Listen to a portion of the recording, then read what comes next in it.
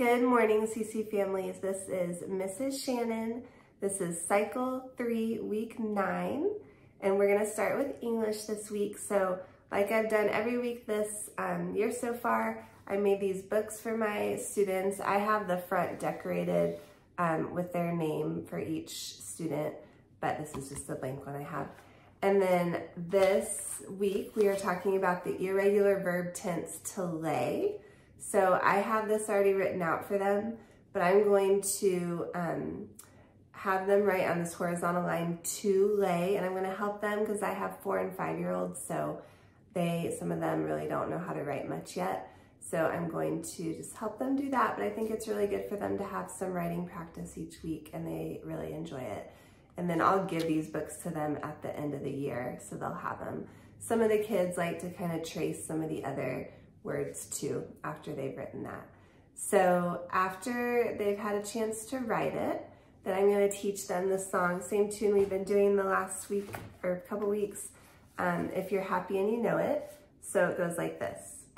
To lay, lay, lays, laid, laying, laid. To lay, lay, lays, laid, laying, laid. To lay, lay, lays, laid, laying, laid. To lay, lay, lays, laid, laying, laid. So then just for fun, because we're doing to lay, I'm gonna have them all lay down on the ground, and then we're gonna sing this as they slowly sit up. So they're gonna start laying all the way down. We're gonna go to lay, lay, lays, laid, laying, laid, laid, sorry, as they completely sit up. So just for fun, since we're doing to lay, I thought that would be appropriate. So that is English. Then for timeline, I have these cards, and I have the first letter of each event on each card. I do this because, again, I have 4- and 5-year-olds, and so it just helps them identify the cards and think about what each event starts with. So I haven't done this in a few weeks, so this week I'm gonna have the cards hidden around the room before we even start. And so when we get to this point, I'm gonna tell them, okay, go around and find 1 timeline card or 2, depending on how many kids I have, and then come and sit back down in your chair once you do that. So once they all find one, come sit back down. Then we're gonna go over the events in order. So for example, first, Byzantine Emperor Justinian. So I'm gonna be like, okay, what does that start with? Oh, B, awesome. So who has a B? Oh, perfect. Then whoever has that, we'll go stick it on the wall in the first spot. I'm gonna have 7 pieces of painter's tape just stuck against the wall, and so they'll go stick it in the first spot. And then I'll do that until we've got them all on the wall. Then I'll have the kids go over and pick a card to stand under, and we'll go over the timeline motions together. So the first one, Byzantine Emperor Justinian. So we're going to make a B, Byzantine Emperor, and go make like a sash. Emperor Justinian, and then Benedict. So I'm gonna make another B, Benedict and monasticism. So make like a hood. And then Mohammed, so I'm gonna make an M. Mohammed founds Islam. It's like a person bowing. So Mohammed founds Islam. Zanj and early Ghana and Africa. So I'm gonna make a trading symbol. So Zanj and early Ghana and Africa. And then Frank's defeat, so I'm going to make an F. Frank's defeat Muslims, so a little guy bowing again, at the Battle of Tours. I'm gonna do battle.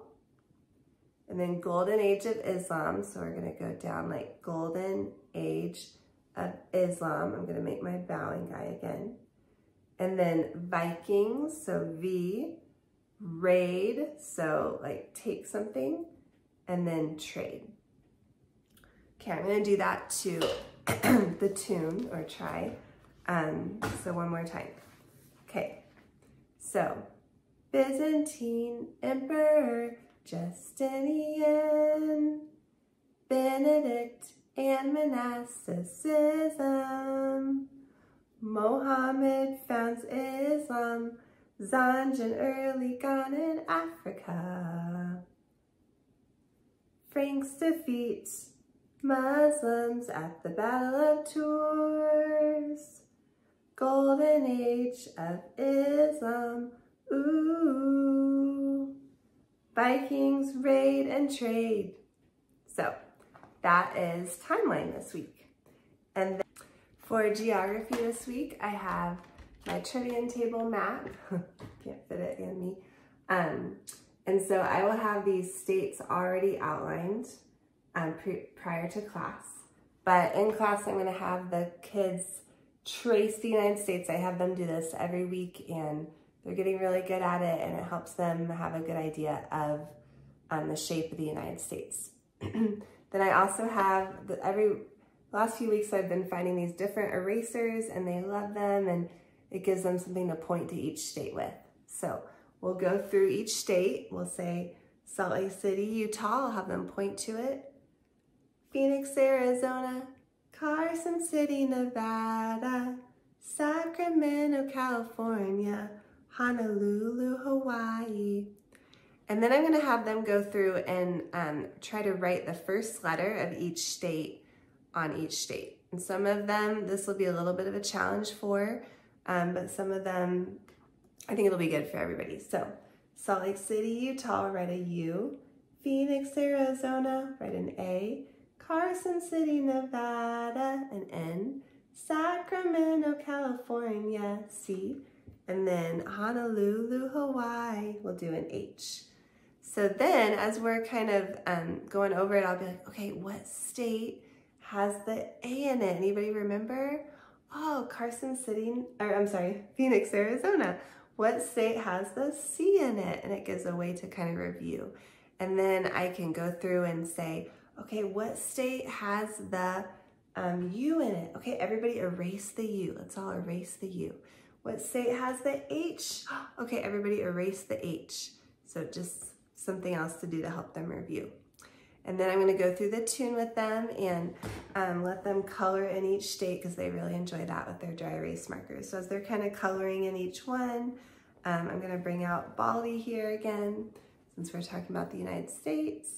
I found this, I live in Colorado, I found this in Estes Park at that. They have like a Noah's Ark store. So I don't know where else you can find them. I'm sure you can find a bald eagle stuffed puppet, but any puppet the little kids just love. So sing Salt Lake City, Utah, Phoenix, Arizona, Carson City, Nevada, Sacramento, California, Honolulu, Hawaii. And when I do this, I like fly through the room and kind of tap each kid on the shoulder just for fun, and they really like it. So that is geography this week. And then after geography, we're gonna do math. So for math, we are doing the, doing the 15s. And I have this from Kimberly. I'll link her below. I love her artwork for math and history and science, and she has hymns for each week too. So for the 15s, since we are doing it to the tune of Ants Go, or I'm sorry, yeah, it's kind of like to the Ants Go Marching. I'm gonna first have my students march around the table while we sing this. I'll probably first have them just listen to it, and then I'll have them get up and kind of march, but it goes like this. 15, 30, 45, 60, 75, 90, 105, 120, 135, 150, 165, 180, 195, 210, 225. And then after they march one time, then I'll have them do different things like, okay, now we're gonna skip around the table and do this, or we're going to hop around the table, or we're going to crawl around the table, or you could have them give ideas just to get them up, moving, just get a little energy out. So that is math this week. And then after math, Oh, you could also, I was gonna say for math, you could also have them do silly voices while they sing the 15s too, which is another fun way to mix it up. Okay, next we're gonna do history. So I'm doing silly words for history because my kids love it. They say it's their favorite part, and so they would be disappointed if we didn't do it. So the way I do this is first I'm going to read the history sentence normally to them. So the Compromise of 1850, the Fugitive Slave Act, and the Dred Scott decision preceded the succession of the Southern states. And then I'm gonna say, okay, I'm gonna try to read it again, but if you hear a word that's silly and not right, raise your hand. And so I'm gonna say the campground. I'm gonna say, campground, oh, what should it be? Oh, the Compromise. Okay, sorry. So the Compromise of 1850, the Fuzzy Sloth, no, not Fuzzy Sloth Act, what should it be? Oh, sorry, Fugitive Slave Act. Okay, so the Compromise of 1850, the Fugitive Slave Act, and the Robot decision. Oh, not robot, what should it be? Oh, the Dred Scott decision. So you can see every time I go back and I read it the right way until the next silly word. So they're hearing it the right way a lot. So the next few after robot for Dred Scott, I'm gonna say swing set instead of succession, and then smothered instead of southern states. So that is what I'm gonna do, and they really like it. And then we usually sing the classical conversation song after that, or I teach them that song too. So this week it goes like this. The Compromise of 1850, the Fugitive Slave Act, and the Dred Scott decision preceded the succession of the Southern states. So that is history. Next we're gonna do Latin, and I'm going to combine weeks 9, 10, and 11 for Latin. So we're gonna do the same song, and I'm just gonna teach them the whole song this week, and then we'll just do that whole song for the next 3 weeks. It's to the tune of Yankee Doodle, which is appropriate. And I got this idea from Driven by Grace. I also got this t-shirt from her. I'll link her below. Shirt says Homeschool Mama if you can't read it, but she has awesome shirts and all kinds of stuff. You should check her out if you haven't already. So, and I made these little horses since Yankee Doodle talks about riding on a pony. So I just did a real simple horse head shape, and I made it out of felt, but you could make it out of paper, and just use some yarn as the hair. So I made 2, pieces of his head, and before I glued it together, I put the yarn in between, and then I just kind of put a line of glue, glued it together, made a little eyeball. This is obviously a paper towel roll. Really simple, but I think they'll like it. It'll be fun. They could kind of ride their pony. So this song goes like this. Latin verbs have different endings called conjugations.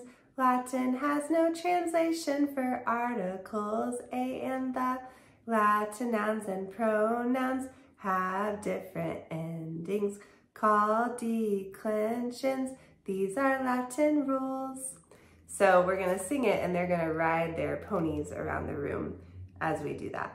And then I'm gonna collect the ponies this week because we're gonna use them for the next 2 weeks too. And then after week 11, I'll let them take a pony home. So that, just to add some spice to it, I thought that would be fun. And then I didn't show you, sorry, for history. This is another printable from Kimberly that I will probably put on my board, but you could also use it at home. I really like her stuff. And then lastly, for science, we're going to talk about what are 4 parts of the limb system.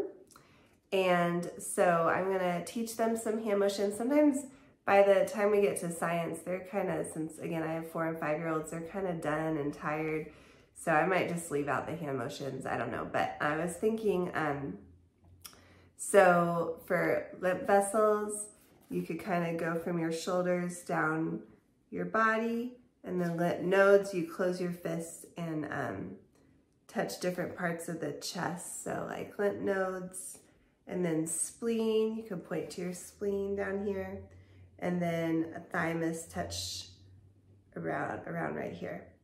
And then, so we're gonna sing this song to the Ants Go Marching tune. So it goes like this. What are 4 parts of the lymph system?